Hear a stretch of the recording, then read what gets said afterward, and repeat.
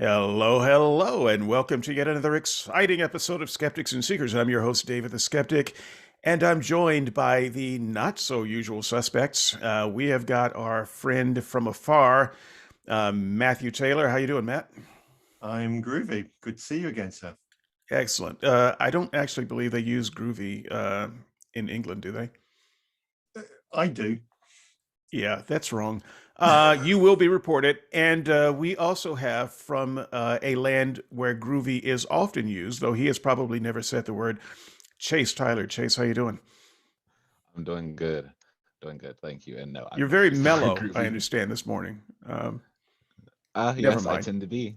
Yeah, I okay. tend to be. I've seen you on the podcast. You're not always mellow, my friend. Um, So we've got a very mellow Chase this morning. We'll see what happens. We don't often have Chase and Matt on the same show. We've got a couple of lurkers in the chat room today. That number may or may not grow, but we might acknowledge some of the comments that are in the chat. But what we usually do during the show is when someone says something interesting in the chat room, we just say it ourselves as if we thought of it. And we don't give attribution. So that's probably what will happen. If the conversation sounds a little bit more intelligent today than it usually does, it's probably the chat. But that said, yesterday, if you have not heard yesterday's show, and from your perspective, it may not be yesterday, maybe last week. If you have not heard last year's show, I don't know when you're listening to this. We talked about war and in self-defense. So we're in a series on killing, A Time to Kill, and we're looking at the various phases of killing. We started with a very high-level discussion between myself and David Russell. That was a pretty good conversation. We followed with the show on abortion. We had a very lively panel featuring Teddy the bear. That was a terrible show. It was a train wreck. It was a dumpster fire, a nightmare hell stew of a show. You should also listen to that too. Um, it was also the show that you should expect. It's a very emotional show, and it's hard to talk about abortion without having that kind of show. So we did it. I've stamped my merit badge. We're done. We'll probably revisit it next year. Yesterday, we discussed war and self-defense. That was one of the best shows in the history of Skeptics and Seekers. So good job, gang, to that. We had a guest, Christian guest, Travis. It was his first time on Skeptics and Seekers. He did a fine job in that conversation, and we're going to have him, if everything goes right, we're going to have him later on in this discussion, but he wasn't able to make the panel. But I'm going to ring him up after this show and do a separate interview with him and tack it on to the end of the show. Now, if his interview is not on the end of the show, something went badly wrong. But that's the plan right now. Today's show is exclusively on the death penalty. And just so you know, next week's show will be the last topic show that will be combining euthanasia and suicide. I look forward to a very interesting, lively, and possibly heartbreaking show. It's a very tough subject to talk about, but we're going to close the series after that with Brian with a Y and myself in our usual finale at the end of these marathons. And at the end of the podcast, if I remember, I will tell you what will be coming up after this series. But we're rambling quickly toward the end of the series, at the end of the season. And so we've got a few things to finish off the season with a bang. If you think this series has been good, just wait till you see what's coming next. So with that, skepticsandseekers.squarespace.com. Log in, click on the show that says A Time to Kill, scroll down, log in with your Discuss account, and discuss away. The comments are always lively and fun. You can take me to task in that forum, or if you would like, you can send me an email at skepticsandseekers@gmail.com. On with the show. Yeah.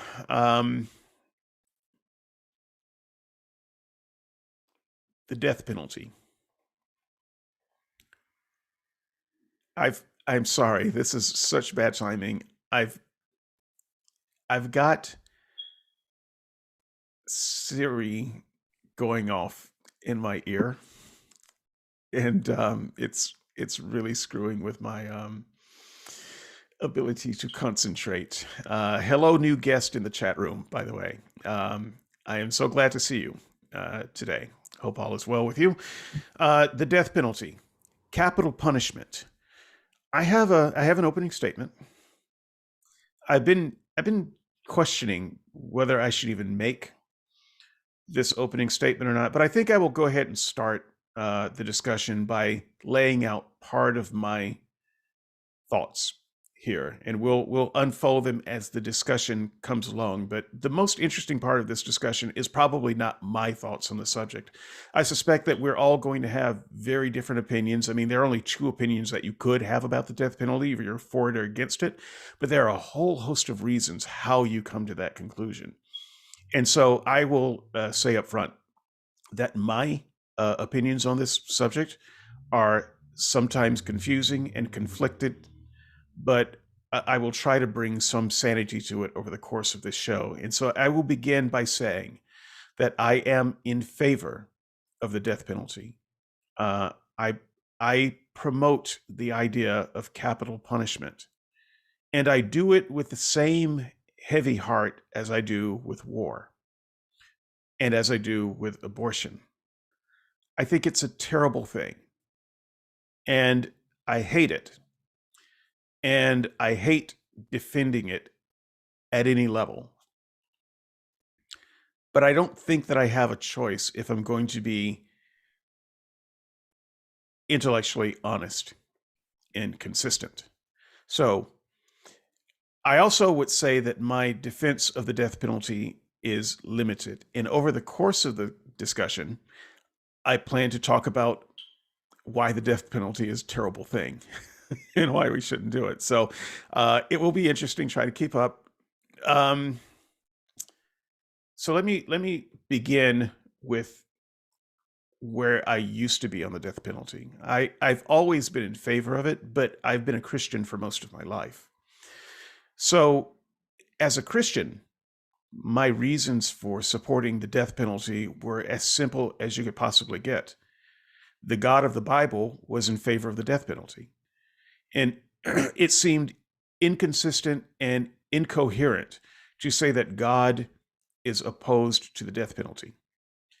Why would anyone say that who has read the Bible? The God of the Bible could not possibly be opposed to the death penalty.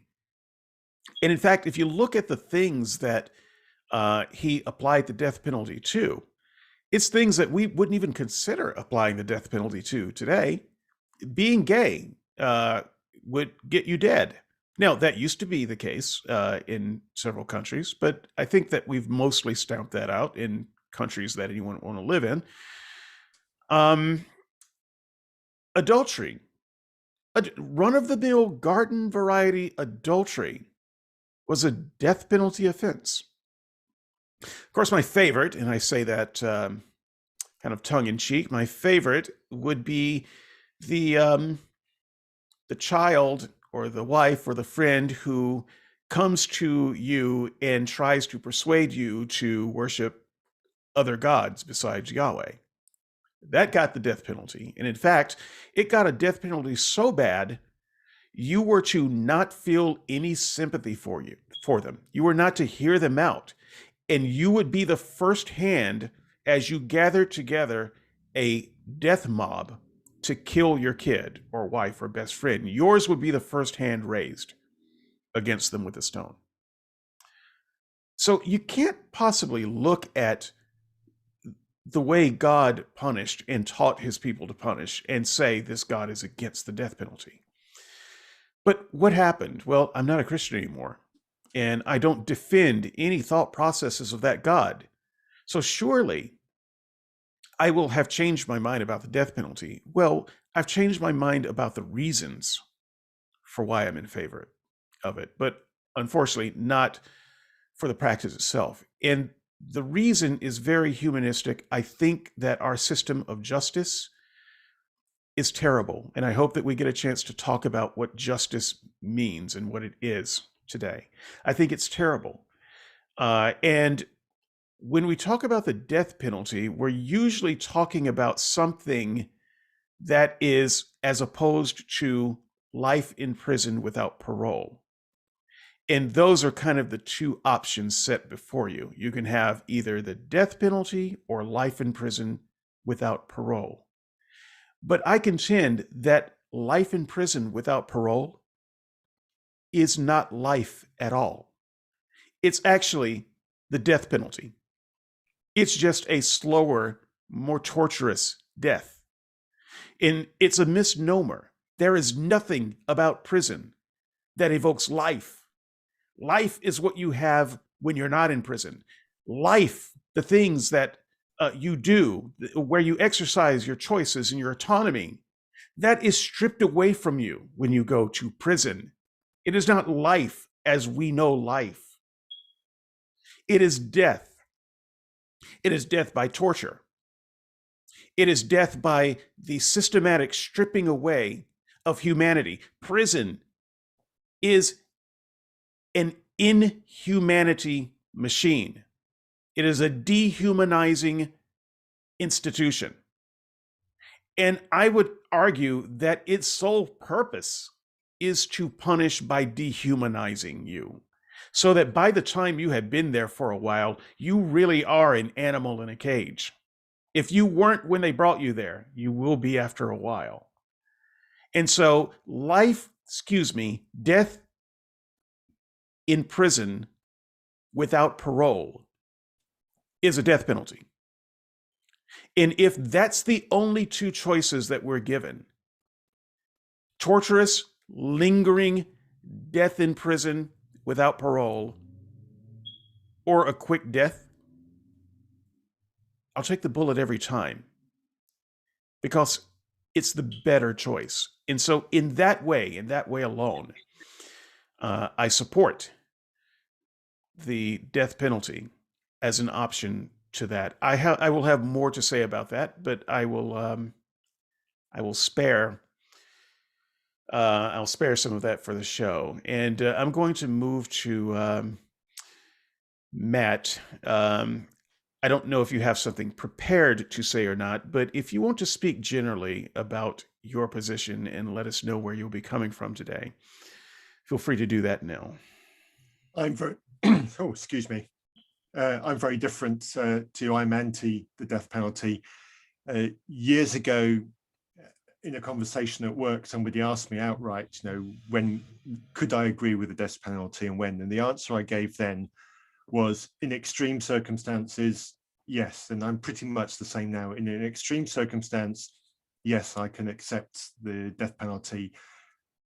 How that extreme circumstance gets defined, it will probably get very messy because I don't know how I would define that extreme circumstance. So I'm probably far more anti the death penalty than you are, because my view on it is, as soon as you've decided that the appropriate punishment for somebody is to kill them, you have given up on any opportunity of rehabilitation. You have decided that it is not worth your effort to rehabilitate somebody. You've decided that you are not capable of rehabilitating that person. You have given up. It is the coward's way out, because you are not prepared to put in any effort at all for rehabilitation or to rectify the circumstances which cause that person to be given death penalty. It is a failure, and it is a failure of the living to kill somebody. So that's my view on the death penalty. And I want to push back on your thing about prison as well. Prison, proper prison where you actually make an effort to rehabilitate people, you improve their education, you give them counseling over what it was that you do absolutely everything you can to change their circumstances, so that at the end of that prison term, what you've got is somebody who is better suited to a productive society. And if prison is not doing that, and prison is just a segregation and a torturous place, then yes, maybe death is the better option, but prison should not be like that. Prison should be a better place, but this is not a show about prison. This is a show about the death penalty. And in a world where we have the ability and the capability of rehabilitating people, of turning people around, of making people into better people than they are, so that society does not need to fear them, then anything that ends in death is a failure of our society, and we should be ashamed of it. Okay.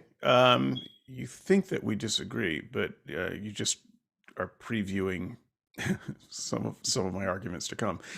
Chase, what you got, Chase?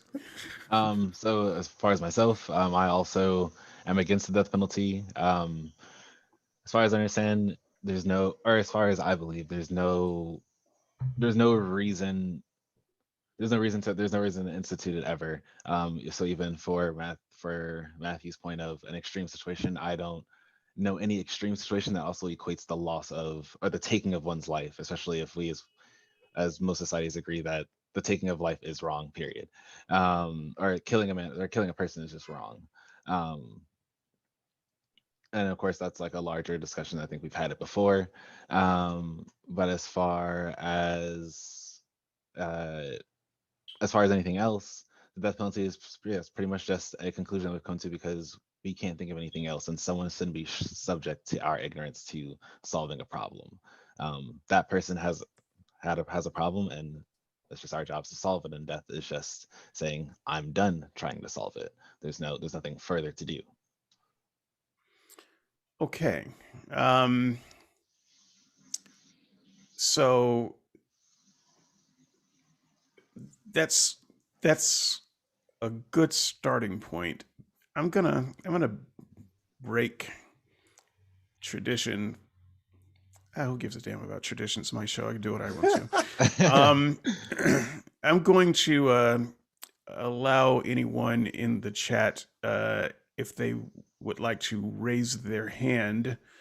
You can raise your hand by just turning on your mic and giving a brief statement about your opinion. Also, in the chat room, if you don't want to make a statement, I would like you to at least answer the question yes or no so that I can just see that clearly by your name and poll death penalty, yes or no. And while we're waiting for any of those, here in the UK, obviously the death penalty has just not happened for goodness knows how many years, decades. I think the 60s was the last time we killed anybody in the UK, might be earlier than that. And there's just no indication of the death penalty coming on. I don't think any government for decades here in the UK has been prepared to even consider bringing back the death penalty. And I think we're a better country for it. Okay, we've got some no's in the chat. Yes, but we have at least one yes. Yes. Yeah, we have a maybe. It depends. Yeah, it's a situational yes. Yeah, well, okay. So let me just comment to you, Matthew, in particular. I want to say first of all that I don't consider you a no, and I know that you consider you a no. But if you have an exception, the extreme circumstance exception, then you're a yes, because the death penalty itself is an extreme measure for extreme circumstances. So you can your debate becomes what are the circumstances that would require it. Yeah, good luck finding that. Right, but I think that Chase's position is far more consistent because it's just no ever. Yeah, no, I don't think there. I mean, just because our emotions say that said situation is the right one, you're just saying that out of emotion. It doesn't mean that person. I mean, ultimately, a person commits a crime or does something wrong for a reason, and that reason usually can be solved. And that's how I feel about anything that's been done, so to speak. So if you're saying, well, just kill him, what are you trying to solve other than now soothing your emotions in that moment? And right, even so, if it's an extreme situation. Right. So here's the problem, though, and it's. I also wanted to address Matt with this one too, and you also, Chase, because Chase, in your case, you just have a Pollyanna view of the justice system, because the justice system you described just doesn't exist. And Matt, you might actually live in a country with that justice system, and the rest of us just don't know it. So I can't accuse you of having a Pollyanna view of the justice system. You will have to inform me. But I can tell you what I know of our justice system in this country. It's hell. In fact, it's designed to be hell. It's not designed to do anything good for anyone. And even if you bring in some out of date library books in there, and let people get their GED online, it's not a system that's actually set up to do anyone any good. Um, Also, the thing that is pitted against the death penalty is death in prison um, without parole. So, That's the other choice. And so it's, you say, well, if we kill them, then we've given up on them. But well, the I would moment say you say why that a this. person has to live the rest of their existence in prison and there is no legal hope for parole, you've also given up on them. And so That's it's not what not I'm as, saying. Why is there not a conversation of our? I mean, because I don't think that I literally think the conversation of the death penalty is literally the conversation of our justice system, of any justice system for that matter. If our other solutions, the other options, are just as bad as the death penalty, then we also need to be talking about the other option. Because if we're just talking about two death penalties, then no, that's right. Well, and I agree with you. and so that means we So need to be talking about. I mean, the other basically. Why? I mean, to me, it'd be sounding like we're too lazy to now change the other half, and like I don't think that that's a so we're problem. gonna talk about that, and we're gonna fix the system before the show is over. But right now, but right At now, least get we have to close. deal with the system that we have for the moment. And the system that we have, the choice, but whenever the death penalty comes up, it's not 20 years in prison or the death penalty. It's life in prison without parole or the death penalty. Mm. So it's death either way. And if you say, well, but if you kill them, society's given up on them. They've given up on them anyway. They're not coming out. Correct. It's without parole. And so in that case, what you're saying is you can own this person basically for the rest of their natural life, and they have no say in what happens to them. They are your sadistic slave, essentially. And nothing good can come out of that system because you're not rehabilitating. Why are you going to rehabilitate someone Well, who well, is while never you're going right, to reenter the population?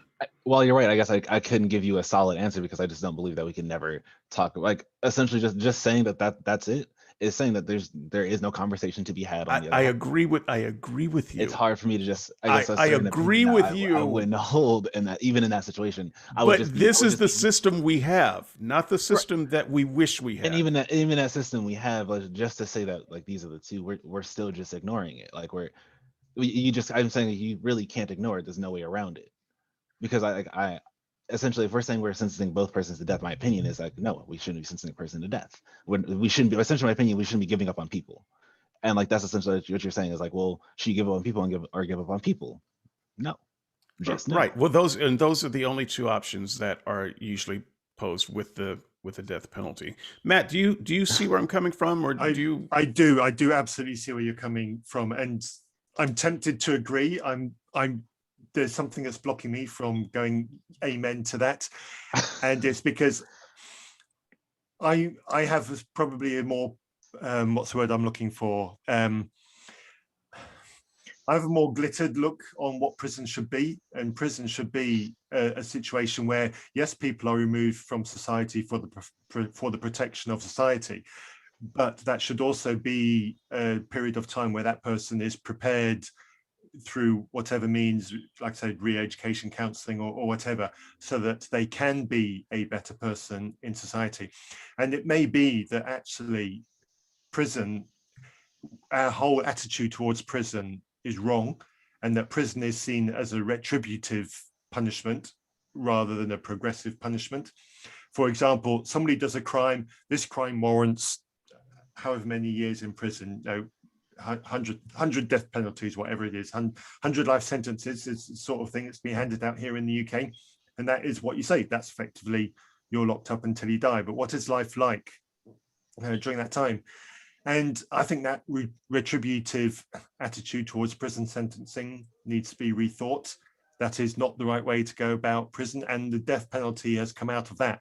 It's a retributive punishment. It is a punishment fit the crime kind of thing, which is straight out of the Bible. And I think that at its bottom line is utterly wrong. People, yes, if somebody is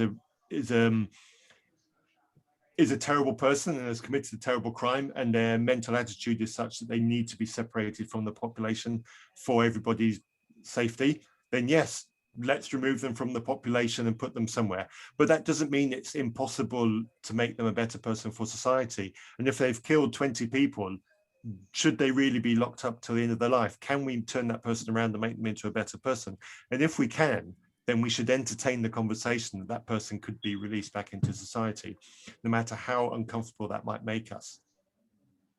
Okay, so you guys are just insisting that I move this conversation forward to the second half, and I haven't gotten enough blood out of the first half. I'm So- too nice. I'm kind of, I I'm mean, sorry. I'm trying to work with you, but there's no way You are that not we can working just with me. eliminate the world. You're not. You were. I knew this would happen.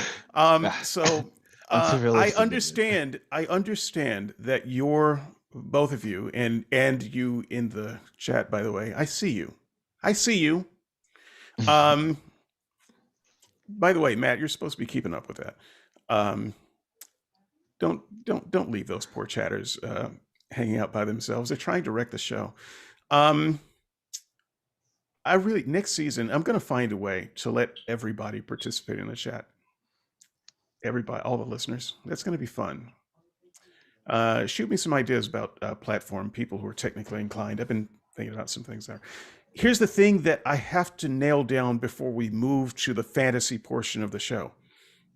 The thing that I have to nail down is the hard, unspoken, unspeakable reality of what prison is today, right now, and what the law is today, right now.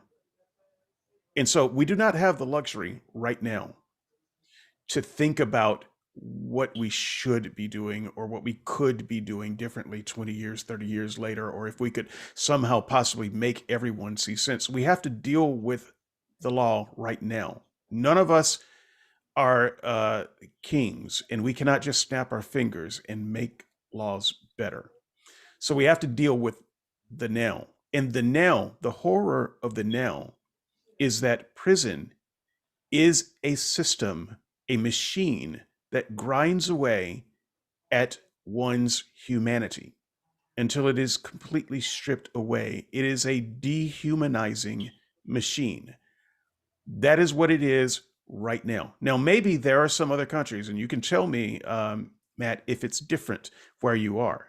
But American prison is a place where you get a bad bunk to sleep in, bad medical treatment, bad food, daily ass rape. It's beat up continually, and you are dragged into one gang faction or another, and whatever humanity you went into prison with, it is gone in a relatively short period of time. That's prison. Prison is our best estimation of hell. I remember several years ago, Sheriff Fife, not a TV character, some of you might recall Sheriff Fife in Arizona, who ran a prison. I think he was a sheriff. And it was extremely hot, and no air conditioner or anything like that. And Arizona is as close to hell as you get on Earth. If you've ever been to Arizona, you know that you will never go back again willingly, especially in the summer. Just don't.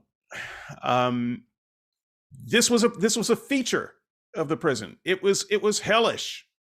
They were proud of their prisons. Yesterday on the show, Travis, very gentle hearted Travis, and I'll give him a chance to speak to this when I talk to him today. He was saying in defense of not having the death penalty, and I let it go because death penalty wasn't the topic yesterday, but he was saying in the defense of life in prison that it's worse than death. And so we should want that punishment. Well, no, actually, that we should not want that punishment. But yeah, when I hear Christians say things like they're against the death penalty, it's often because they think that the torture is better. And I agree with you, Matthew, that our whole system of justice, we will get to this in a minute, I promise, does come from a very Christian notion of without blood, there can be no forgiveness. And if you sin, somebody has to pay. And there has to be an eye for an eye. And if you do something bad must be done to you. It is a retributive idea of justice. I agree with that. But whether we like it or not, that's what we have today. And so when we're comparing the death penalty to not the death penalty, what you're saying is we will either kill the person humanely or we will put them in a torture chamber for the rest of their life. Those are the only two choices you have right now. And you don't get to choose from your fantasy where the world is different.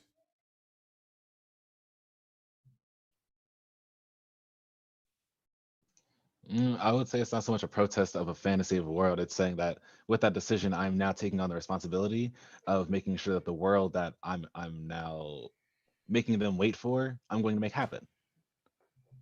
Because essentially, I'm never going to win you over, Chase. I can see that. but if we're talking about a world in which I mean, essentially that pretty much is this world in which I have no power to change anything.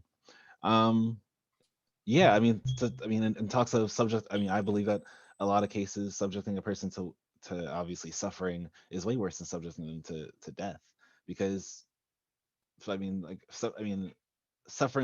without suffering with intention to kill is way worse than just killing.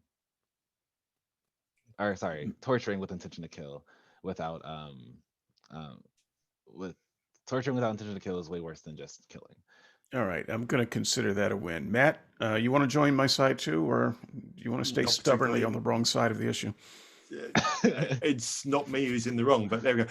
There's a comment in the. I see how this is going to go. It just sounds like you don't want to get into the discussion of what we really need to do, David. We are. I promise that is a discussion I want to have. I just want to. It's problem solved.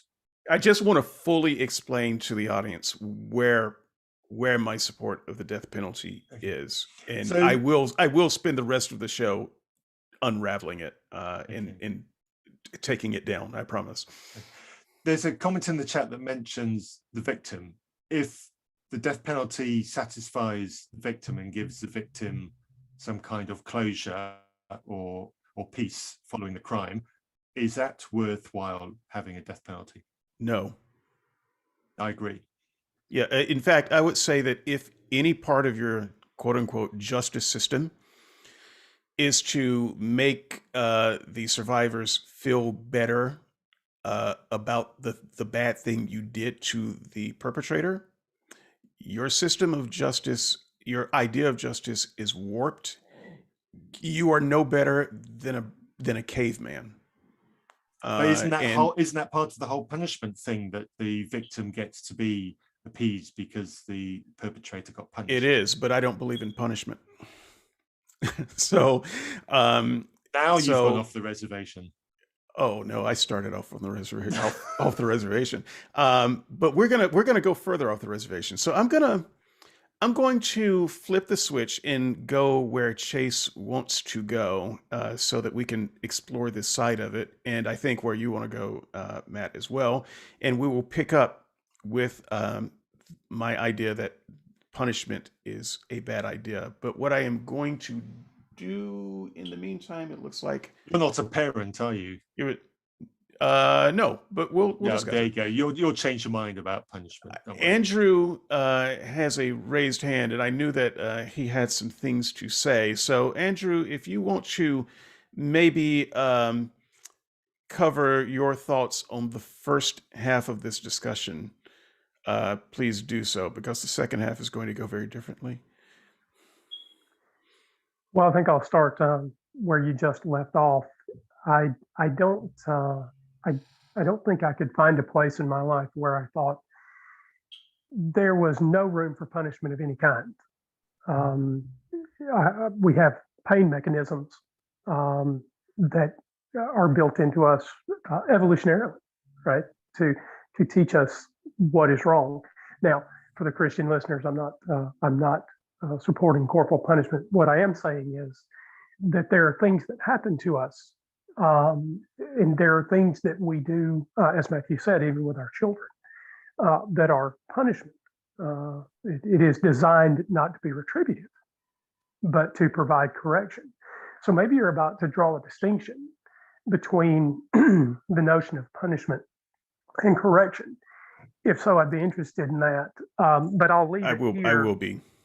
Oh, okay, so I thought that you might, and I will simply say that for myself, I think that punishment and correction may very well be the same thing from time to time. You could draw a distinction between them. I think that's fine, but I hope to hear that part of the conversation, and I'll just leave it there because I think that was the most interesting thing said so far.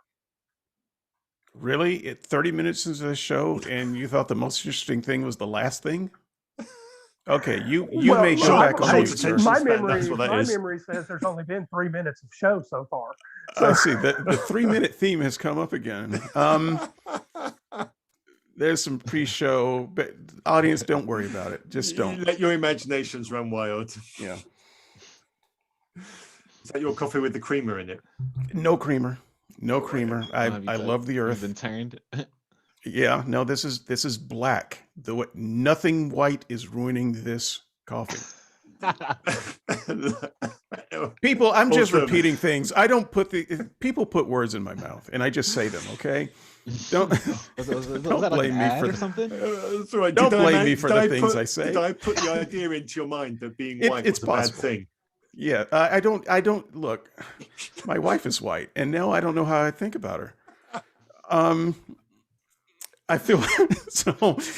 Is the mic still on?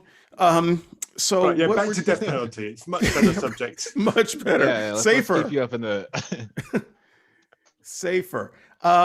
So yeah, let me go there. I said it. I'm against punishment.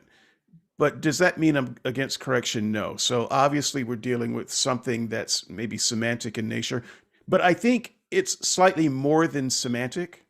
It's not just wordplay, but it starts with semantic. So in the same way that our conversation about prison is a little bit semantic, I believe in institutionalization, but I don't believe in prison. Because prison connotes a certain type of idea that is unhealthy. And I think that we should wash it from our mind. Saying death in prison without parole is semantic, maybe, because I think that life in prison without parole is a misnomer.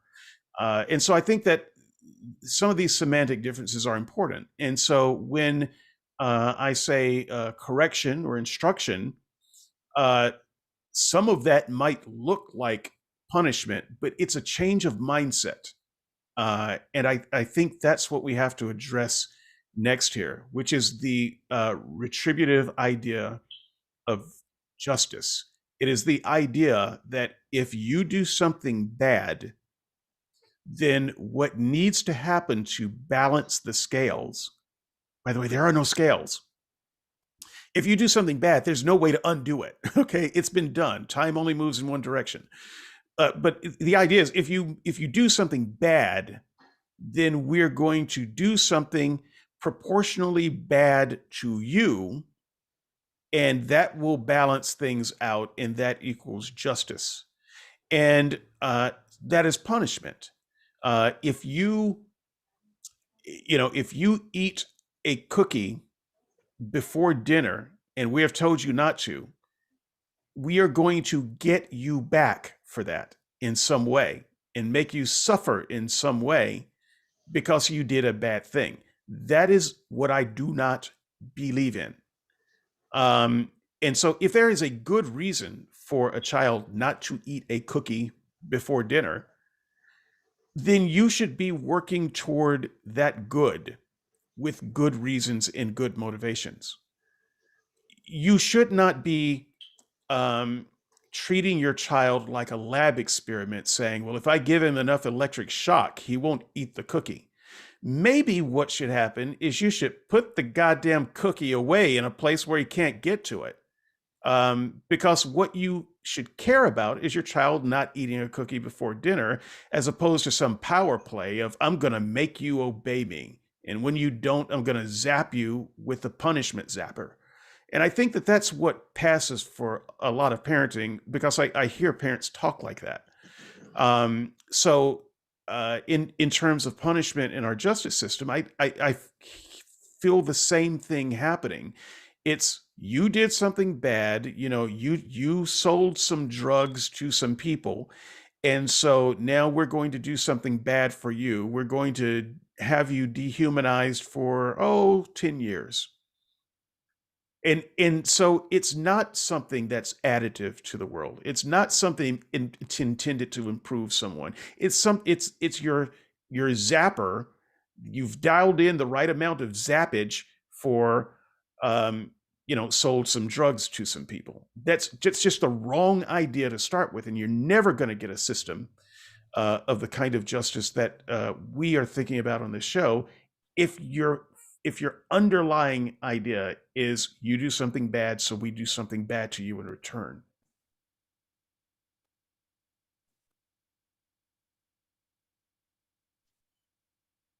Anybody? I agree. Yeah. So what you're describing there as punishment is probably what I would call at the top end retributive punishment. There are other lesser things that I would call punishment, but you probably call it something slightly different. So I imagine once we've ironed out the semantic differences, we probably actually largely agree. Yeah, I mean, if you have let's say you have an infant, a newborn. Andrew has been through this, probably more recent than any of us. Full disclosure, I was a foster parent once upon a time. I had a little one. I have not gotten back into the foster parenting game, but my wife and I have talked about it. We might one day. So I'm not completely unfamiliar with the topic of parenting, even though I don't have any kids right now. So that said, you have a newborn, the baby is going to cry a lot. I mean, it's their job. And they take their career seriously. They take it very seriously. And the crying gets old real fast. And I don't care what your maternal instinct is, there ain't enough Excedrin to make you enjoy that sound every 10 minutes at night. It's, that's a bad thing. But if you tried to punish a child, an infant, for crying, you would be a monster. You're saying you're doing a bad thing and I'm going to do a bad thing to you to stop you, whatever you think the right amount is.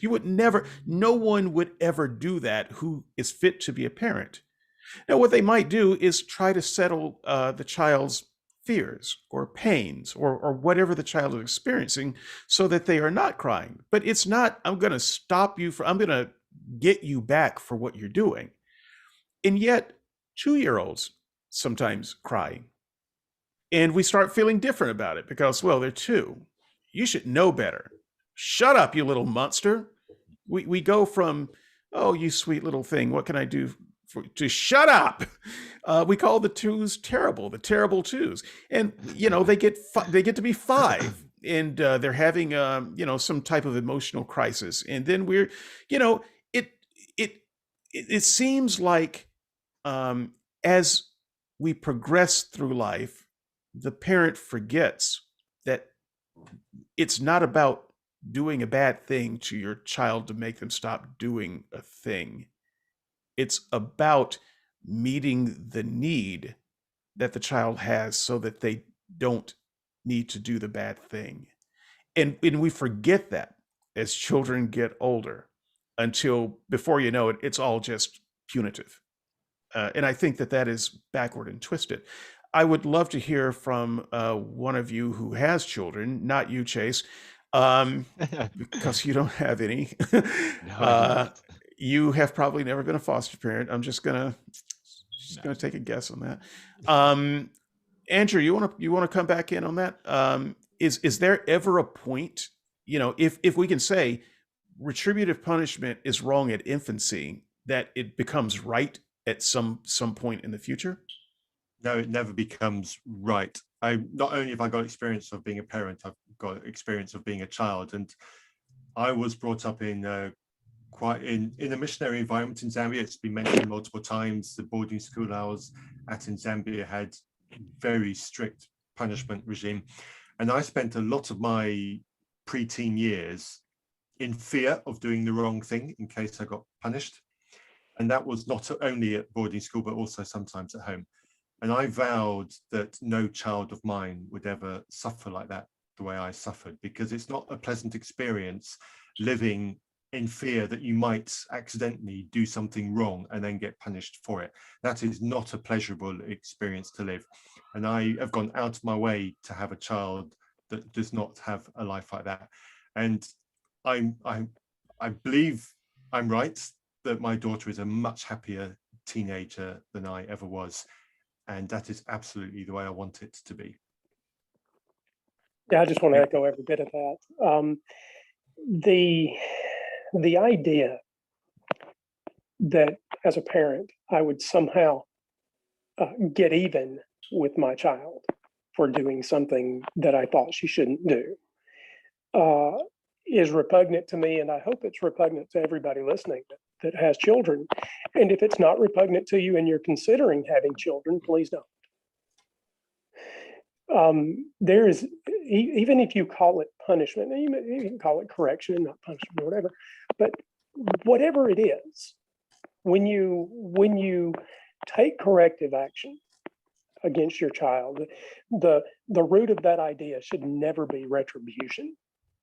And in fact, when we do that, we have social mechanisms to correct the parent, right? And we should have those mechanisms.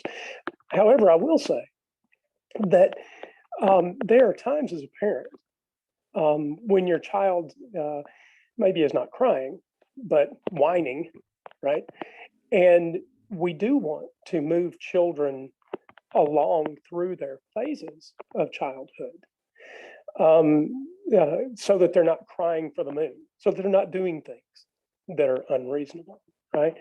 And so we're not out to punish children, but as parents, we do have the responsibility to have them become adults at the time that we're no longer responsible for them. So it's a big job, and you're not going to get it right every time. But getting even with your children, hopefully that's not on anybody's mind. Okay, so while you're there, just stay open for a little bit. I'm going to tie all this together, I promise. There's a notion that you and I had, Andrew, and I suspect you too, Matthew, as a Christian. Chase, were you a Christian at one point? Yes, I was. Then you probably also grew up with this notion: spare the rod, spoil the child. Mm-hmm. Yeah, Mhm. Bullshit. it is, and I'm gonna go ahead and speak for everyone and say none of us believes that is a good idea. In fact, it was a bad idea when it was said, and if that represents God as a parent, then I want to know where the Cosmic Child Services is, because his parental rights should be removed. But that said, there's this idea out there that if you do not, in fact, beat your children in some way and cause them some pain and punishment and retributive justice for their wrong, then they will not know the difference between right and wrong. And what I suggest is if you beat your child every time they do something that is childlike, they will grow up beating other people and thinking that retributive justice is exactly the way to go. You will simply train another monster. Now, that said, I am going to full disclosure here, and I love my mother and father very much. I just want to say that. And they have, I would say, repented for the way they brought us up. But I grew up being beaten by loving parents. and not beaten with fists not that, but I was beaten with belts.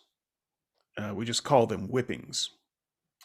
But a whipping is not that much better than being tied to a tree and having your back exposed and being beaten with a cat of nine tails. Um, well, it's better in that not as much damage can be done with a belt. But let me assure you that when a blind man has you by the arm and is swinging a belt at you at whatever part of the body you can hit, a lot of damage gets done. I grew up that way. I grew up that way. And that to me was normalized. And furthermore, everybody I knew grew up that way. Most of the people that I knew as a kid are probably either dead or in jail right now. And so I was one of the lucky ones. That was a common thing. And in school, if you're young, this may be new to you, Chase. I don't know if you're familiar with a thing called paddling. But I when I am. was in school, paddling was a thing. And what a paddling is it's a piece of wood. If it was cleverly made, specifically designed to cut through the air with great efficiency and leave as much damage as possible to a child's behind.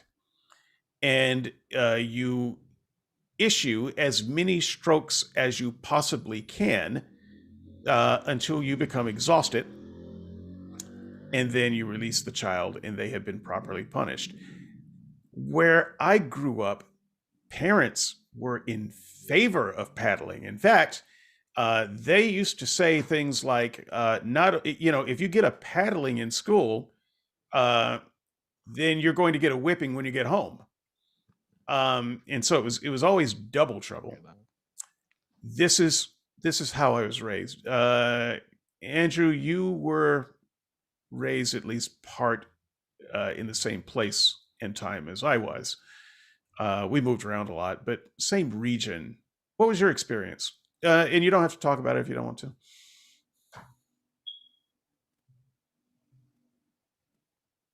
Sorry, ask me the question again. Oh, did you hear any of what I just said? Yes, I just Okay, missed it. then I was just asking, what was your experience? And you don't have to say if you don't want to. With growing up in the place and time that we did. Yeah, with regard to corporal punishment. Yeah, so I won't go deeply into it, but yes, I had the same experience you did. There was this idea that whipping us with something impersonal, like a belt or a paddle or a switch, or frankly, just about anything else that came to hand.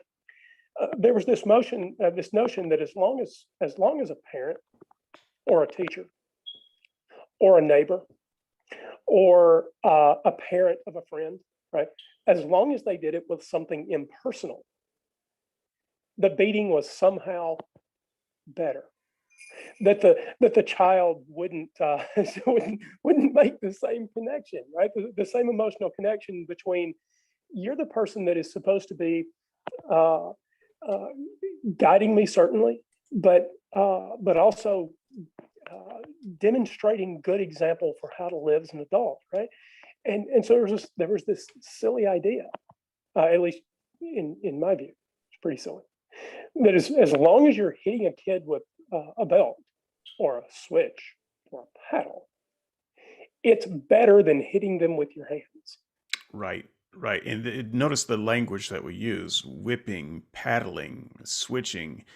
But if you just substitute that for hitting with a weapon, it takes on the grisly truth of what it is. And in that sense, kind of worse than hitting with a hand. you're still being hit. You're just being hit with a weapon that leaves more than bruises, but uh, uh, raised and open whelps that last for a long time. And if you get this kind of beating 2 days in a row, well, then you have whelps on top of whelps.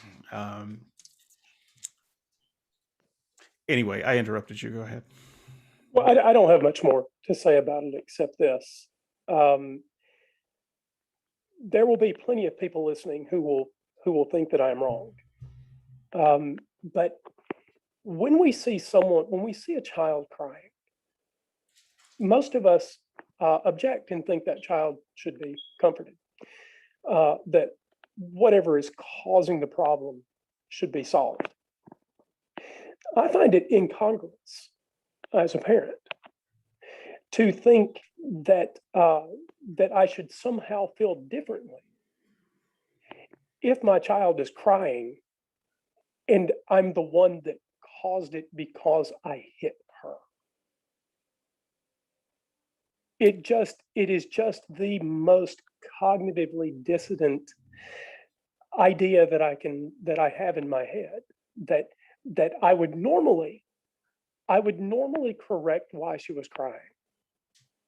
But somehow if I made her cry because I hit her, I should feel differently about that. And I think most of us will think about it and say, yeah, that seems strange that if I hit a child, I should feel differently about their crying. We have this idea that would be wrong, but we have this sort of societal structure that says, spare the rod and spoil the child, right? And those two things are in conflict, and we should think carefully about them, because one of them is wrong, and I'm willing to lay my money on which one it is, and that is hitting your child with anything that is smaller than your thumb is still hitting your child. So let me before I go to Matt, I just want to turn to the chat for a moment. I have mentioned other people in the chat. I don't think he'll mind. Dale has joined us in the chat, and he's had a lot of interesting things to say. There's a comment here, Dale. If you are of a mind, I'd appreciate it if you drop it on the board, or if you'll allow me to just copy it and paste it and put it in there for people to read. I think it's important. And also, Dale, if you would like, I see you've got a hand. Okay, thumb up there for Dale. Dale, would you like to come in and just give your comment while you're there? It would be I'd be open to that. Oh, okay, yeah. No, I was just interested in your take, because you say you don't agree with punishment at all, and you would rather go for actions of correction and that sort of thing. So I just wanted to throw in, some philosophers of law take what's called an expressivist theory of punishment. So people like Alec Whalen, that's not supposed to be Alex, but it's Alec with a C, and Joel Finberg. And they lay out 4 conditions for punishment, 3 of which we've kind of already discussed. But then there's also this 4th necessary condition where punishment becomes punishment when you're expressing censorship or condemnation of the wrongful act. So it's not so much about, for them, it's not so much about retribution against the criminal. It's about sending this message about the act. And they quote research by psychologists and that sort of thing that say that only by doing punishment, where we're actually doing action to impose something on the person, and or at the very least withdraw a benefit that someone would otherwise have, and it's in the context of sending a message of what you did was wrong, you need to pay for that wrongful action. That's the only thing that psychologically works for humans, whereas just doing correction, like saying next time you need to do that, you shouldn't do this, next time do this, doesn't have the same psychological impact as punishment. So that's their argument as to why punishment would be necessary. And I just wanted to, what do you make of something like that? Yeah, I appreciate you chiming in with that. So I don't think that it makes it better. So it's kind of saying that the only way we can know that something is um, good, as in socially beneficial, or bad, as in socially harmful, is to apply some type of uh, some type of punitive action. Otherwise, they won't get the message. And I think it's an intuitive thought. So I'll give you that, but it's an unevolved thought. It's the kind of thought that a caveman would have. It's not the kind of thought that we should have as an evolved society. And this is one of these areas where I think that religion is responsible for holding us back from our full potential of social and moral evolution. Because religion is stuck in the mode of thinking that the only way you can tell a society that this is wrong is to send a strong punitive message. I think this is part of why God favored something like stoning, for instance. Stoning was not a private act. It's a public act, and he got the whole community of men involved in the stoning. And if you're 12 years old and considered a man, probably you get to participate in killing somebody when you're 12. I think it's it's God's way of saying this is wrong, and everybody needs to see it's wrong. And if you do it, this is what awaits you. So I just fundamentally disagree with the notion that the only way to send a message that a thing is a good thing or a harmful thing is then to visit something harmful on another person. Because I think the only thing that you teach is when someone does something that you think is bad, you should hurt them. And we have a culture that shows that that's actually the message being received. That's if that's the message that you're trying to give, our culture says mission accomplished. Cool. Thanks for answering that. One thing just to follow up, I believe it's interesting because there's actual science that backs it up. Cognitive psychology studies in cognitive psychology have been said to back it up and that sort of thing. So that's why I wanted to throw that out there for you. I do appreciate it, and I wrestle with it. I can tell you though, Dale, I'm not a better person because I was beaten as a child.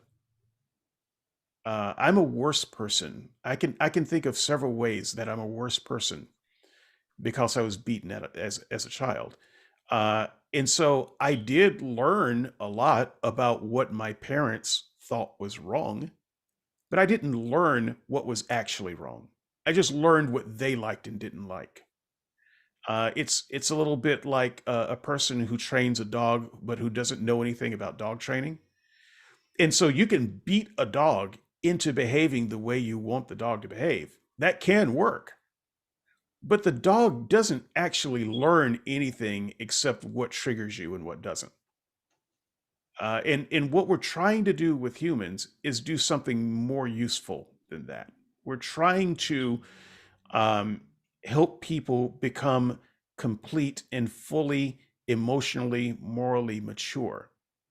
And in visiting violence on them, I think even if you can say, well, that has some limited efficacy, I think that at the end of the day, what you're teaching them is the wrong thing. You're just training them in terms of, if you do this, then this will happen. And therefore, they will also think, well, someone else did that, so they should also get the bad thing that happens. And it becomes a invirtuous cycle that never ends. At some point, it has to end.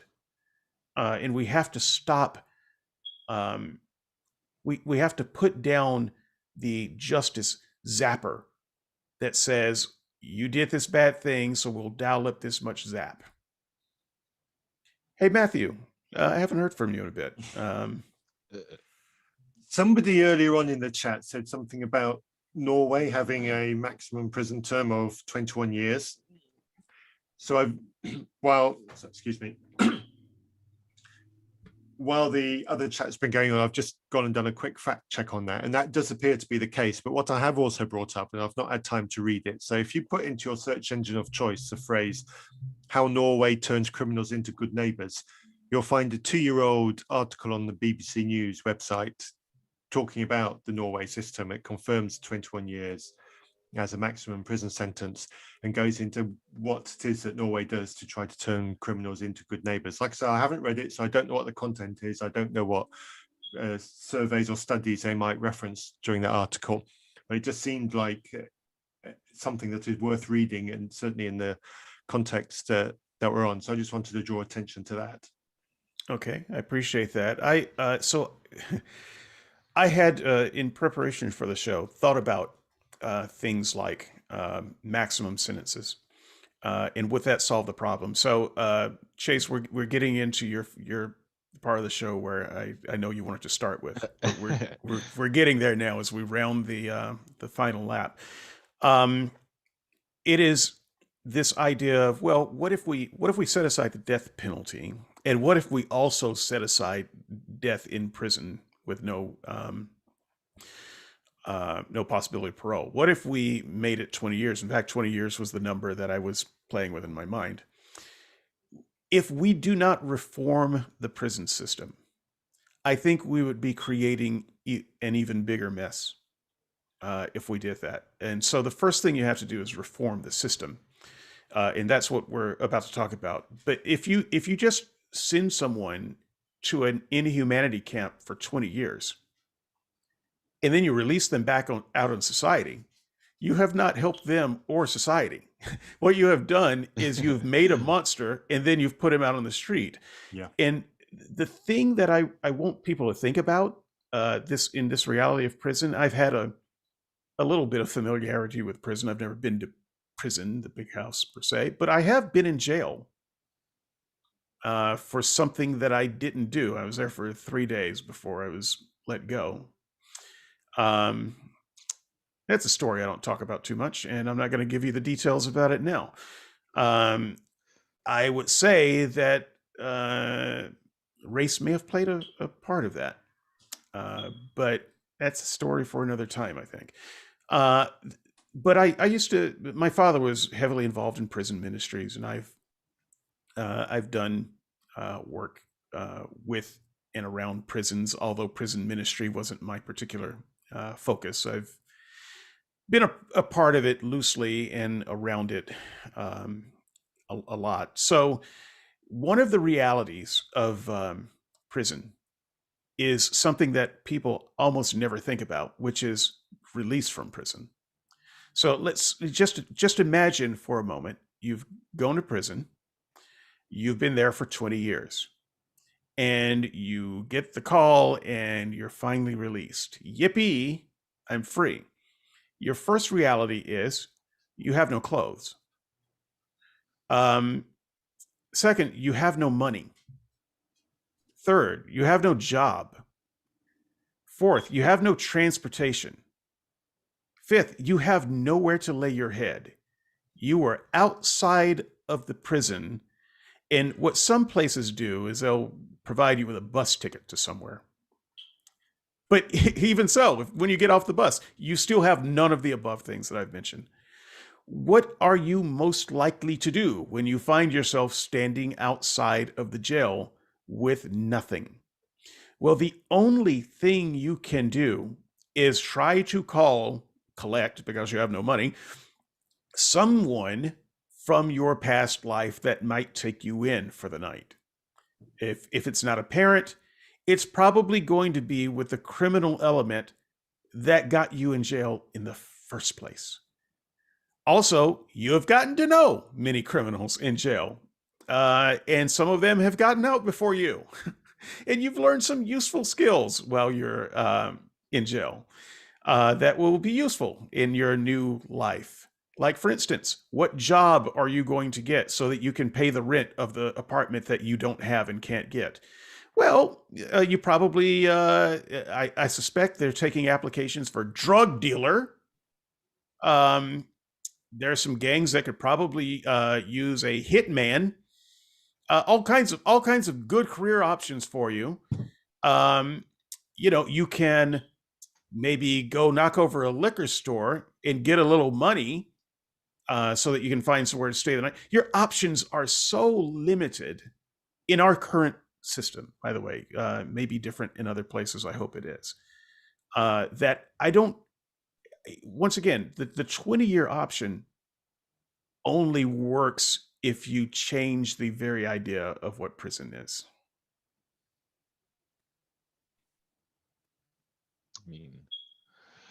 I feel like the only way that it's even, I guess the only way people are able to only way people here in America are able to be okay with that is because they just assume that when you walk out of that prison that you have somebody who's going to pick you up with that car.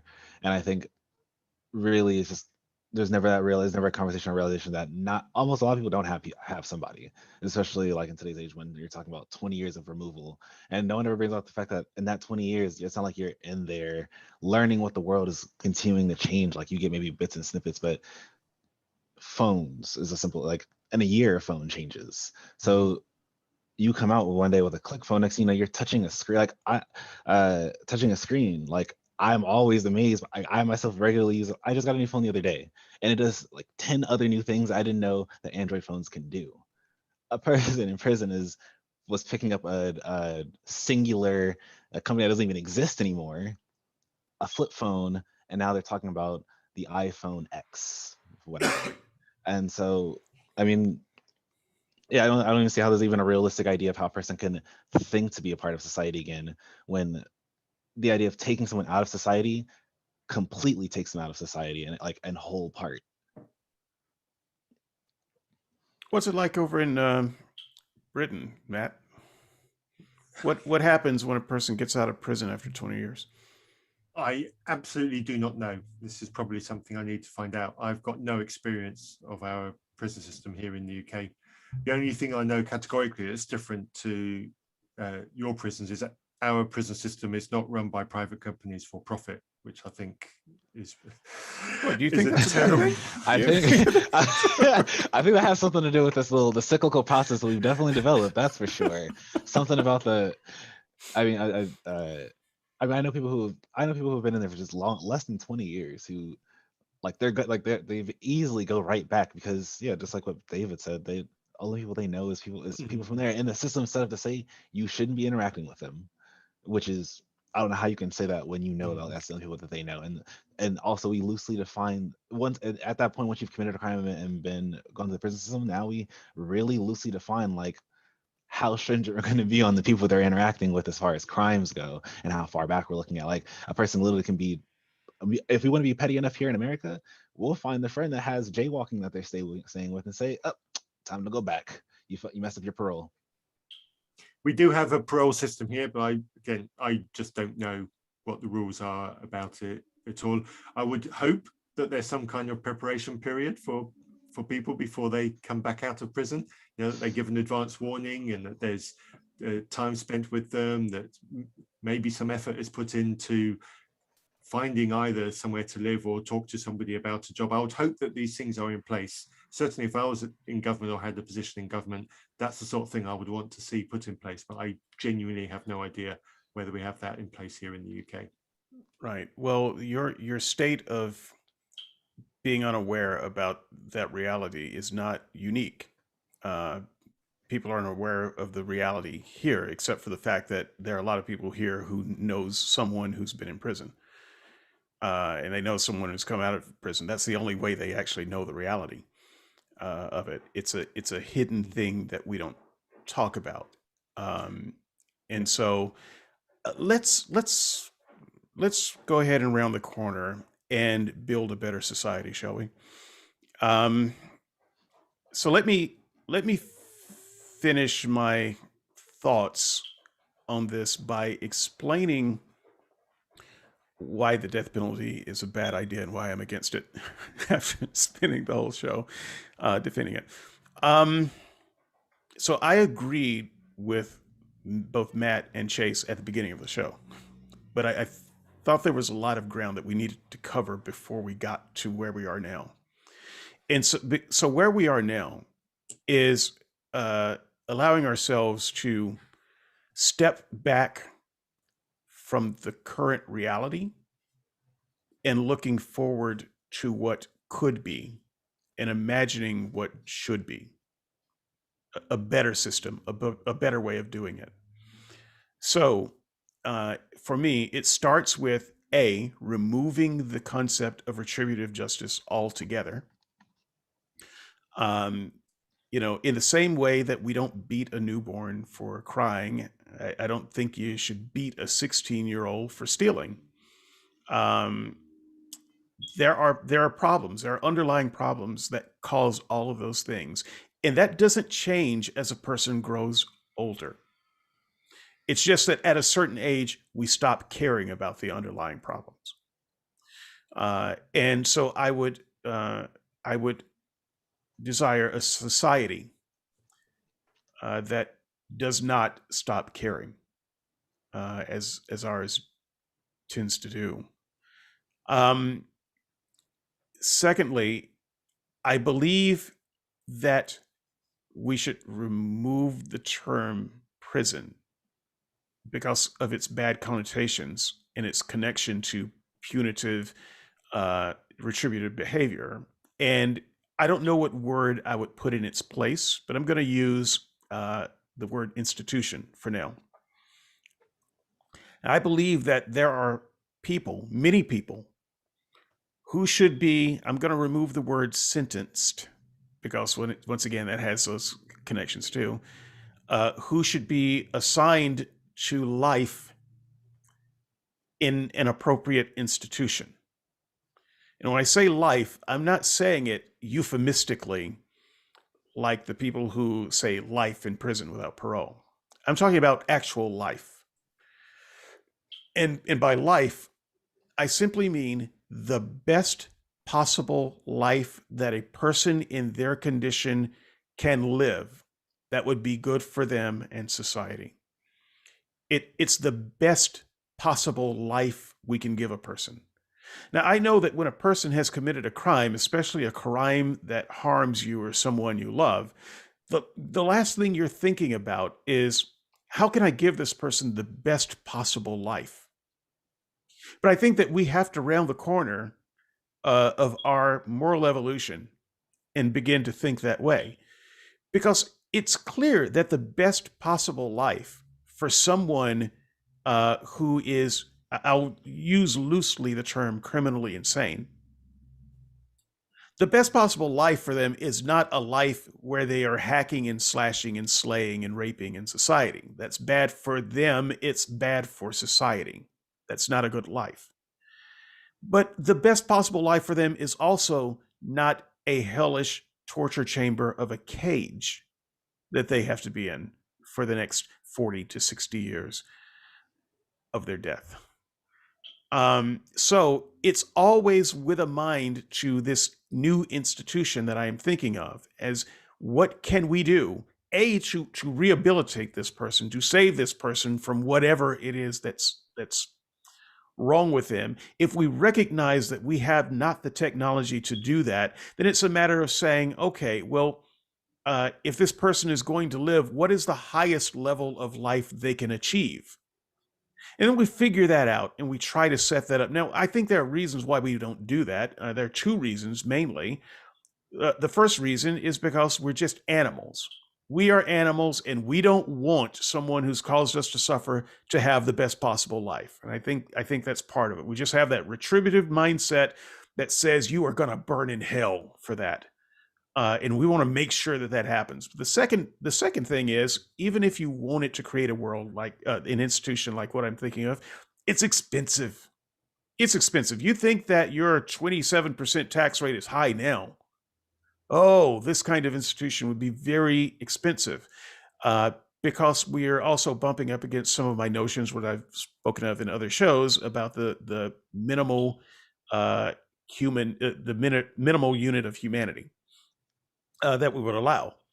And to make sure that people do not fall below that, well, that's going to cost a lot of money, a lot of effort, a lot of time. And so we don't have the moral will to do it, and we don't have the financial ability to do it. And I don't know what the solution is for creating this institution that is geared toward making people the best version of themselves that's possible, as opposed to putting them in a cage and dehumanizing them. Dehumanizing them is a lot cheaper, and it's a lot more satisfying. The other thing is hard and it's expensive. So let me hear from, let's start with Chase. You and I have the same utopic vision, but I fully admit that I have no idea how to make it happen. Can you do better? I have no perfect path, but I have some ideas. I mean, for one, it's the thought that, is it really more expensive? For like, we're saying it's just because it's going to cost to take care of a person, the cost that we end up now having because we don't take care of people is way higher. We pay for things like we pay for things like hurt criminals now committing further offenses due to the system that now neglected them, or people who are soon to be criminals before reaching that point, going all out so they can, not reach this terrible system that we have approaching them. So in the long run, the system we have is really costing us more than it would be just to help people. So I think that's for starters, it's a mindset. Is it really costing us more to just help as opposed to what it's already costing us to neglect? And then on top of that, when we're talking about these corrective facilities, like from going inside, you're just being forgotten. It's you, the people who are also in trouble with you, and the disciplinary. That gets you nowhere. Sometimes you can see this depicted. You may have counseling sessions, whatever, but they're usually not productive ones. They're not looking to reach an end. They're looking to waste time until they can now let you go because you cost money for them in that regard. But they were actually never using that money in a productive sense in the first place. So if you had spent more time sending in the therapist who's going to analyze the guy who had to go and rape a woman and figure out why he felt that way in the first place, go through his past, make him deal with that past, so that way when he comes back into the world and create simulated worlds simulated societies within prisons. That's not hard to do. You're already wasting time having them, in the past we had them swinging away pickaxes. Now we just have them do little here and there, nothing jobs of just walking through the prison. But create real ecosystems that equally match the ones that they're about to be walking into. We have all types of things that we give to our poor, when really if we change that scaling that we do have in our society and start maybe recognizing the other people who we keep casting out of society, let's move that scale up a bit. So the things like, when Obama phones were a thing, we can give those to prisoners and give the low income people in society a good iPhone, so that way we're changing that scale of what's, and we're also keeping things consistent with what everyone's working with.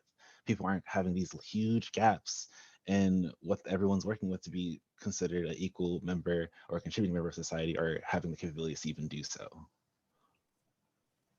Matt, what's your perfect world look like? Everybody like me. That's the easy step. That's the easy step. I've started with a haircut. I'm working. You're gonna have to. I don't know if I'm there. I'll quite just there go back yet. to my coffee. Never mind. Yeah, we've got to work on you for a bit longer, Chase. Certainly, I echo the comments that you said, Dave. So, David. So echo that. But I would also like to see societal change starting younger. I know people who are involved in education, and they're seeing behavioral traits and behavioral attitudes in the children in their classrooms, which don't really come from experience. They can't come from experience of prison, but they must come from a bad experience somewhere. And typically that's a bad experience at home. And I think we have people who are parents who don't know how to parent. And I think that bad combination brings out people who, or helps rather, to bring out people who don't have a respect for law, who don't have a respect for what it means to act as part of act as a cog in part of a whole society. And so they don't know how to behave, and they come out with these expectations. They leave home with a poor education because they haven't paid it, because they've been disruptive at school, and they don't have a concept of what it is like to behave properly in a civil society. So I would like to see it starting far, far earlier, and actually have a concept of parental education, teaching people how to parent, teaching people how to bring people into a better society. And that probably needs to start at school, actually, in terms of teaching people how to behave, and then teaching people how to teach people how to behave. And people who are having difficulty as parents, I think there needs to be a system in place so that as soon as children are on a list for being problem children, then there needs to be some kind of assistance to the parents on how to teach those people to behave. Because I have heard of situations where the parents are so disinterested and so disconnected from their child's upbringing that they are expecting the school to teach the child how to behave. And that doesn't work, because the children are arriving at school with disrespect for the school environment. And so the school has ceased to be able to influence the children that way. So I'd like to see it start much, much younger, and I'm pretty sure that it needs to happen there. Up at the top end, to get back onto the whole death penalty thing, absolutely the abolition of the death penalty needs to happen, but it needs to be more fundamental than that. Here in the UK, our police force don't habitually carry guns. So when people have an interaction with the police, they don't have to answer the question, do I need to call someone? Is today going to be the day? Yeah. Because the police officer that they're talking to isn't habitually loaded, carrying a loaded gun. The police officer that they're talking to isn't on edge because they've pulled them over or having a conversation with them, and they haven't got a hand that's ready to reach for a gun, because that scenario simply doesn't exist. The only police in the UK that carry guns are police at critical places like our airports, and then we have our armed response units, but they only come out when there's a call. They're not habitually roaming our streets. And like I a think, SWAT team. yeah. Okay. And I think we have a better society for it. And we don't see the kinds of death by police force that other countries might see. And I think we're better for it. Yeah, so actually I mean, speaking of on the gun thing, as far as like how officers, because we already give essentially that death penalty. Yeah, we give that death penalty right here already in America just by giving an officer a gun. I mean, even that idea, like even if we were to bring the gun conversation into something we're allowing police officers to do, for me, I'm more in the favor of, like, I would definitely take away bullets in general and start putting in rubber bullets, because if we're talking about like what a job of a police officer, or even anyone whose job is to protect, even if you feel like you have to kill the person that you're going against, even honestly, your job is also to protect them from themselves. And with a rubber bullet, because like, let's be honest, we're not stupid. A rubber bullet's gonna stop a person. It's not a Nerf gun. It's gonna like you're definitely gonna have a hard time completing that whatever action you're trying to do, being hit by one, and that gives a person plenty of time to now stop them, and also now we got Nerf them. guns so good that the Nerf bullets will stop them too. Yo, to be honest, I've been hit in the face on one of those and been like, oh, hold up. So I mean, it's just this idea that we constantly walk around with this hero idea, this idea that one, killing is wrong, and two, that we should always be looking to be being better than the person who has to kill somebody, but we give what we consider to be our best people essentially the green has to create the hypothetical scenario that it's okay to kill. They make it up every single day. Yeah. And so I think that's already wrong. I don't think there should be such thing as giving a person a right to kill, a license to kill, any of that. If we're looking to bring justice, that's a process, and killing is it's very much not a process. It's very quick. Like, you can do it a bunch of different ways, but if you want to talk about helping a person, that's going to take work. And I think even cops, like, you got to do some more work. So before we completely wrap up, since we don't have a Christian on the panel right now, I just want to reiterate I plan to interview Travis after this show is over, and I might actually delay putting this up for a day or two to give Travis a chance to listen to this conversation so that he can respond to it. But since we do have our host emeritus with us, who is on the dark side, or that is to say, a Christian, um, I wonder if you had some thoughts about what a proper rehabilitation uh, slash productive institution would look like.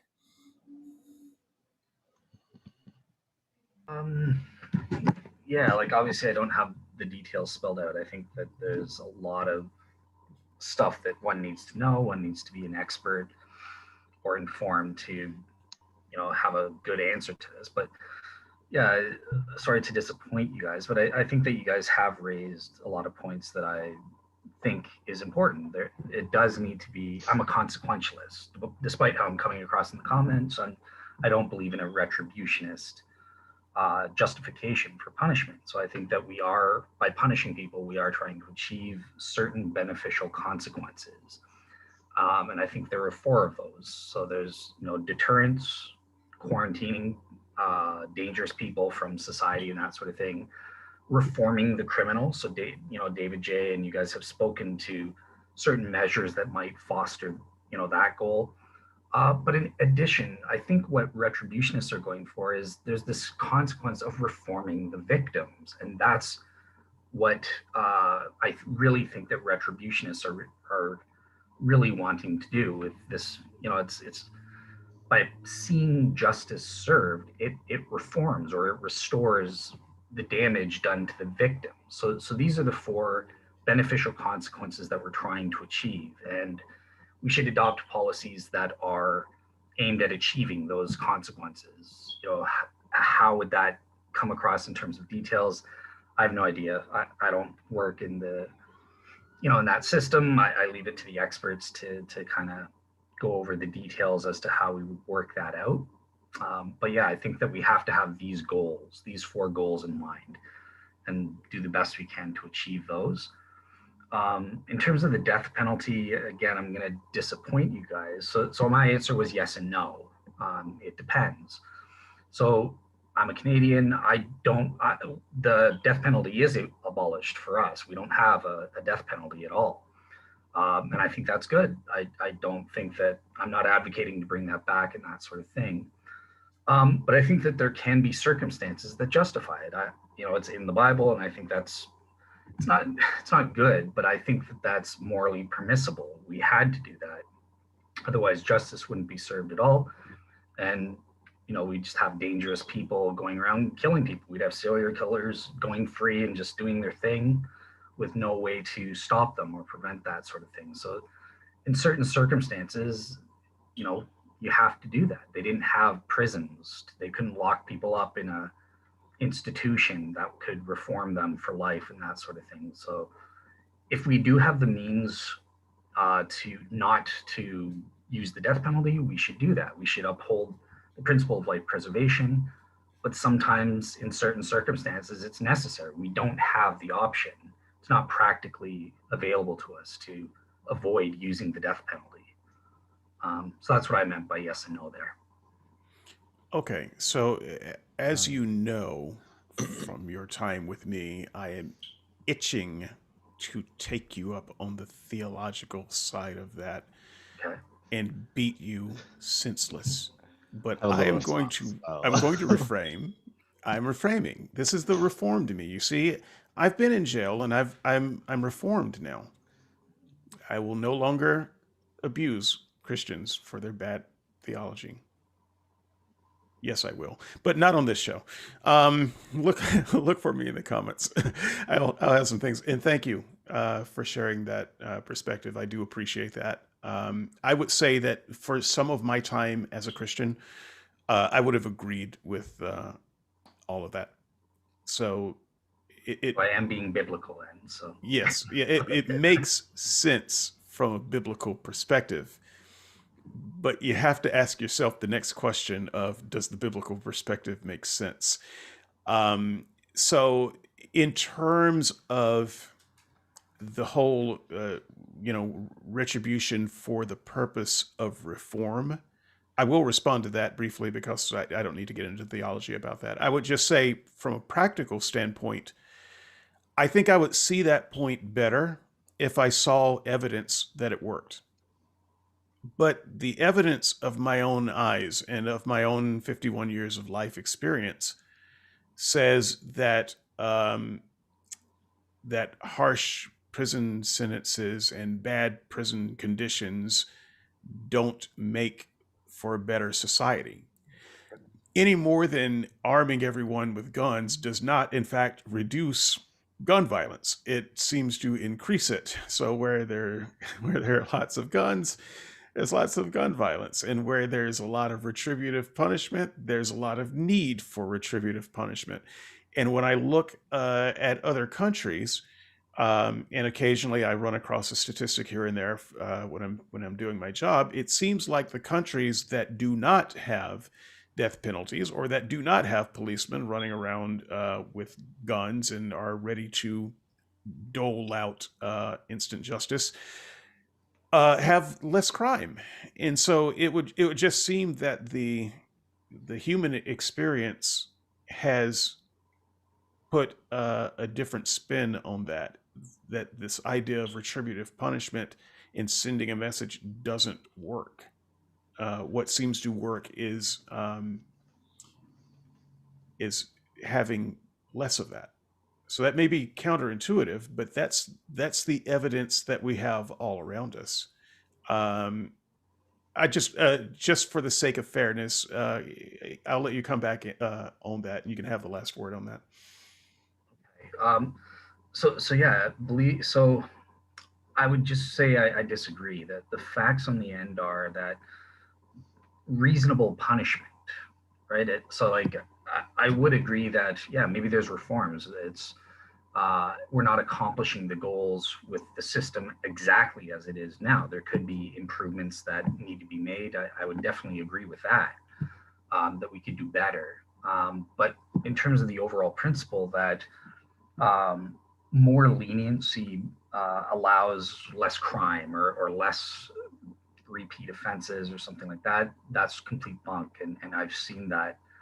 My brother works for the government, so he can prove with actual things that that's pure horse trash. That I know that you guys are kind of Democrats and that sort of thing, but it's just not true. You need to have a firm rules. They're rules that are reasonable, and you enforce those rules. That's how you, achieve justice and also deter future crimes and that sort of thing. Because if you are just way too lenient, it encourages repeat offenses. And I mean, we've seen that. There's just so many examples of that going on. You've seen how outraged Teddy gets with like the treatment. Look at how you guys treated the Capitol riots, and I agree with you that went too far. That was wrong. We need to punish them. They violated the law. There needs to be a punishment. You guys are going gung ho there, but the same needs to be applying to these autonomous known Antifa and BLM and stuff like that. They're going too far. They're doing exactly the same wrong thing, and we need to send a message. We can't be lenient on them. So can I pause you there for a second, Dale? Sure. So I would say that in a lot of these cases, I mean, just because like our country is carrying out a lot of these actions in a lot of cases that we maybe I wouldn't necessarily in full part agree with. I would say a lot of this disconnect or even outrage when people are not following rules, I would say a lot of times comes in a misunderstanding. I think that rules are put in place in respective of a goal. So if we have a goal in place, we now make rules to achieve that goal. And I think a lot of times we have the same goal, but we misunderstand. Maybe we misunderstand the path in which we want that goal to be achieved, or misunderstanding what we're saying that end goal is in the first place. And through that misunderstanding, they are retaliating. But for us, I don't see how it would become now our responsibility to just, I guess, silence them when all our job is to do is create understanding for them, because that's what we failed to do in the first place. That's why they're doing what they're doing. So if you sat them down and talked to them, explain exactly what your side is, most times the person who's disagreeing with you to the point of outrage will keep coming down to the point of almost agreement. I'm sorry. Yeah, I had a very similar thought to what Chase just expressed, but I promised that you would have the last word, Dale. Oh, I'm so sorry. Chase, on the other hand, did not Rules follow the don't rules. apply. No, I mean, Had no, a- I fully want Dale. I mean, I'm sure Dale like has something. I'm sure he feels. Chase is Yeah. prison for you.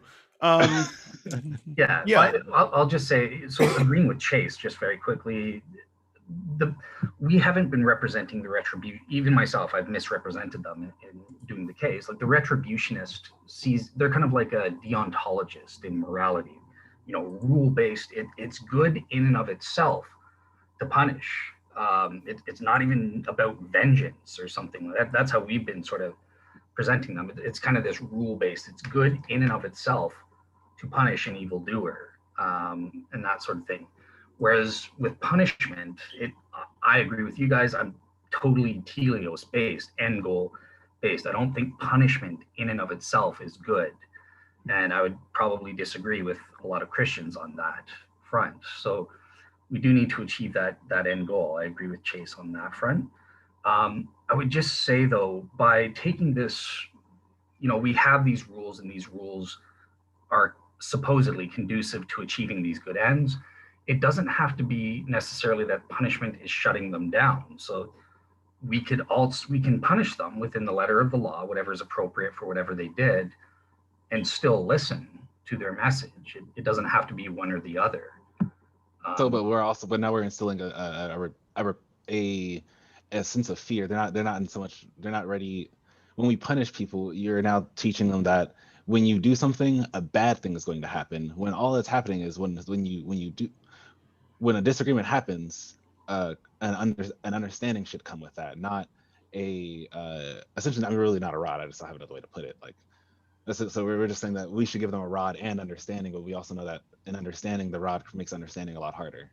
Look, the fact is, I think that you and Dale are not that far apart. What makes it difficult? I do agree with that. Yeah, what makes it difficult is that we are fantasizing about a system that doesn't exist, and we're stuck with a system that does exist. And the system that does exist, it doesn't do the thing that even Dale is saying in a deontological kind of way. I think our current system fails at every level. And so we all agree that there needs to be some kind of improvement to the system. And we might have some disagreements over exactly what improvements there needs to be. But yes, rules in and of themselves are not the goal. Following rules is not the goal. The goal is whatever we made the rule for. And so there comes a time when you realize that, well, not every rule is going to work the same way for every individual, and we have to make laws that are kind of fair to everyone to the degree possible. But some laws just aren't going to produce the same result in some people as it will in others, and there's no real good way to have that kind of flexibility in a system of law. And so if you see a group of people that are, quote unquote, breaking the law routinely, you label them as criminals, as opposed to saying, okay, we're not accomplishing the goal of a better, safer life for you with these laws. Why not? And is there some change in law that we can make that can accomplish that? Because maybe it's a bad law, or maybe it's a bad law for you or the type of people that you represent. So I think that when it just becomes an inflexible, the law is good in a kind of a deontologist way, this actually represents the good. Then we get into this blinder of, if you break the law or don't honor the law, then you are bad. And so I think that's problematic. But having said that, I want to thank everyone for showing up. We're going to move into closing statements, and I'm going to give I'm going to give Andrew 30 seconds to chime, 20 seconds to chime in. Andrew, 10 seconds. Go. Okay, so I guess the idea that I want to leave with the listeners is really a question. Do you think that we would have a better world when we include more bars, more guns, and more guards? Or would we have a better world where we stopped caring about 18-year-olds and started caring about prenatal care, 1-year-olds, 2-year-olds, 3-year-olds, et cetera, and gave them more food, more education, and better social connections? If you think that the latter is better, then all we need to do is start shifting our punitive penal system funding toward early childhood intervention. And then if we have a world where our 1, 2, 3, 4, 5-year-olds are still lost at 18, then that's the time that we should start talking about a punitive prison system. But let's do a better job. Let's do a better job of saving our children early, because we actually know that it is cheaper to intervene in early childhood than it is to put someone in jail for the rest of their life. So this isn't actually a hard conversation. Which world do you think involves more good? More prisons, more bars, more guns, and more guards? Or better education, more food, and better social connections? I don't think this is all that hard. Matthew, your closing statement, please. Right. Well, firstly, David, I didn't say it right at the top. Thank you for tolerating me. I've failed to make your last invitations the last couple of weeks, and you've moved one to a Sunday for me, especially to accommodate me. So thank you for that. All of your listeners should know just how awesome you are for doing that. Right. Closing statements. Here in the Taylor household, we're looking after a young dog. It's come to us from a charity. It broke its leg and the previous owner was unable to look after it. So we're looking after this puppy, barely a puppy, about 11 months old, nearly a year old. And so we're looking after it while it recovers, and then it's going to go on to another home. And we've been given the opportunity to have this dog as a permanent home because we're looking for a replacement dog, because our other one had a stroke and died last Christmas. So, but this dog is not the right dog for us, and I'll tell you why. This dog is really badly behaved. It's so badly behaved that we put it in a crate when we leave the house, because we can't trust this dog free in our house when we're out of the house. It will chew something, it will climb on something, it will break something. So we have to put it in a crate, both for its protection and for our own sanity.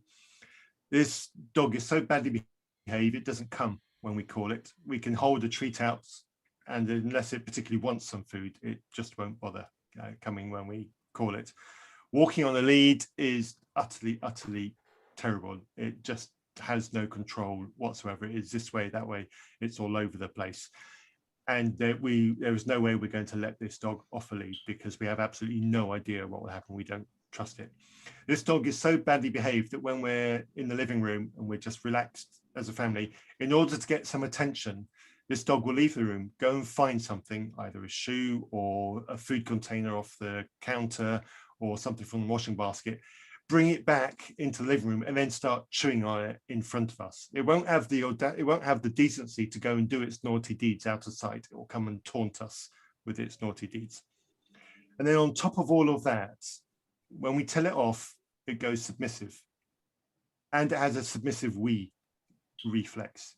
So when we tell it off and it goes all submissive, it then leaves a patch of we on the floor or the carpet, wherever it is that it's done it. So the week that we've had this dog has actually been quite stressful. So in the context of the show, what could that dog do that would justify me taking it outside, putting its lead into a peg in the middle of the garden so it can't move, apart from outside of the length of its lead, and leave it there, poorly fed, poorly protected for a couple of days to think about what it's done, and then when that's over, shooting it. Is there anything that that dog can do that would justify me having that response? And if you've said no, congratulations, join us on the side of humanity. Okay, Chase, in just a moment, I would say I appreciate the kind words, Matthew, but I think that Andrew would echo when I say that you do us the honor of showing up on the show. I would do the show in the middle of the night if it meant having you on the show, and to hell with whoever couldn't join. So Yes, you sir. it's very it adds to the conversation in valuable ways. Andrew is lucky to have you as a regular host on his shows. I would pay you to change teams, but I don't make that kind of money. And I honestly don't understand what hold Andrew has over you. I'm thinking there's It's ugly. I promise you, cash. it's it's ugly. Yeah. I'm gonna try to acquire that. Chase, your final thoughts. And that is a hard one to follow there. Yeah, no, as far as death penalty goes, I mean, anyone who's listening just needs to if you're saying yes to the death penalty, you need to rethink every conclusion on any situation which you said yes to where someone needs to die for, and also think of all the possibilities of what you could have helped that person, why they did it. A lot of times we just say yes to the death penalty because we emotionally think it's the right thing to do. And when you take a step back, you realize we as evolved people have already put so many systems in place that we just do not use to make a lot of these ends a lot better. And so I think that saying that wiping our hands and being done with the person, honestly, nearly voids us of our humanity every single time we do it. And that's just simply all I have for that. Thank you. I don't have anything especially profound to say to close. I think it's all been said. I would ask you to consider a few questions, maybe. If a baby, a newborn, in all its innocence, should be protected, and when they cry and do things that annoy you, they should be helped and loved through that. At what age does that person reach when that is no longer your reaction? At what age do you start sending them a message?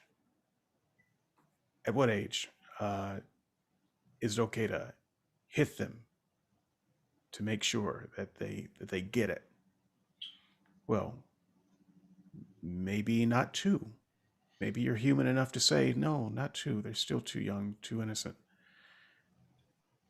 But somewhere between 2 and 16, they go from being an innocent child that should be protected and taught and lovingly brought into society to a thug that should be tried as an adult. How did that transition happen? How did that happen?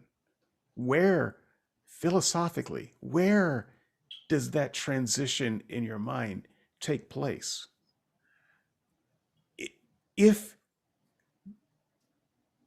meeting their needs and helping them to reach their fullest humanity, even if troubled, we have a term, ADD, and we have medicine. You can talk about whether you should medicate your kids or not, but those quote unquote bad kids, when they're 6 or 7 or 8, we're trying to give them the best humanity possible with better health care, even though they have many behavioral issues already.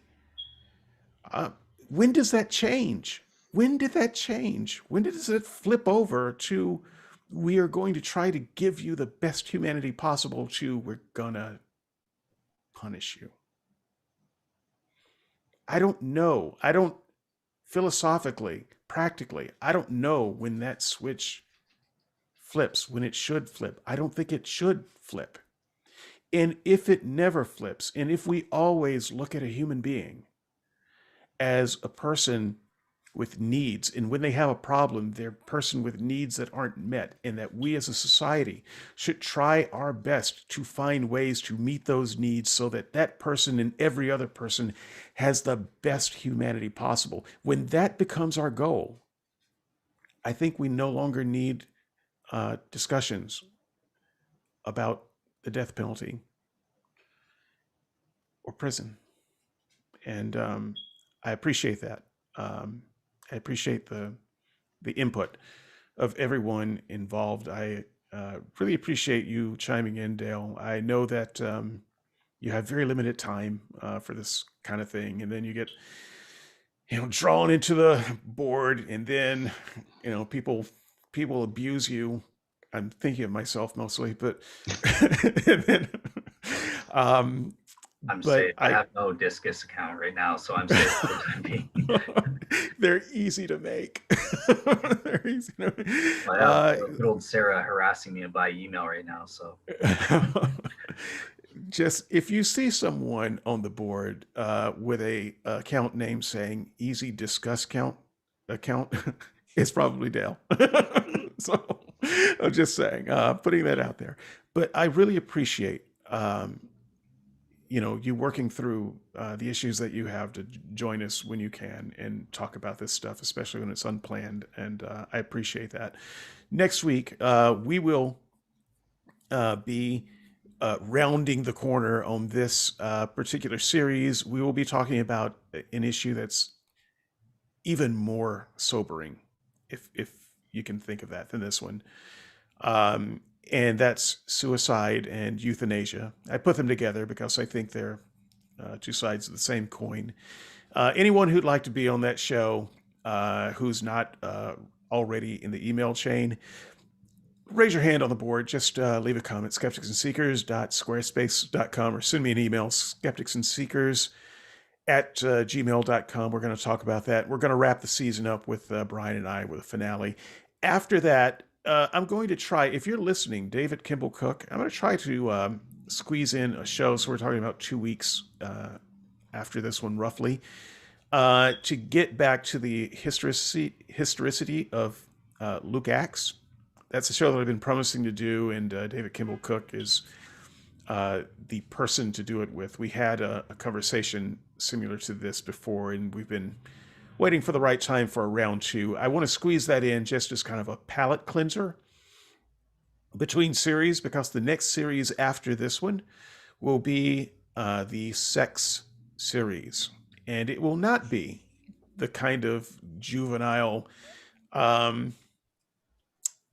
it'll be a serious topic. I don't know how many weeks it'll go, a couple. I'm already going to be long in this series, but in this season. But we're going to talk about the many faces of sexuality. I think that's very important. And if it is possible, after that series, I want to bring in Dale and Val. Val, if you're listening, the time will be coming soon where Dale and Val have a 3-hour discussion on what was the discussion? On free will. Sorry, free will. And after that 3 hours, they will both complain that they haven't even gotten past the introduction. I'm cutting you off at 3 hours because they can really go a long time. If you think that I'm long-winded, just listen to a Dale and Val show. By the way, I should charge admission to that show because that's always a good show. So I want to squeeze that in. And then our final series will be on the devil. That's going to be a lot of fun. And I'm not going to say much more than that. But I think it's somewhat strange that we spend so much time talking about the God side of the story without talking about the demon side of the story. And so we're going to explore Satan in our final series of the show. It'll be worth the wait, I promise. So until next time, thank you for joining us. Goodbye. Yes, guys. Thank you.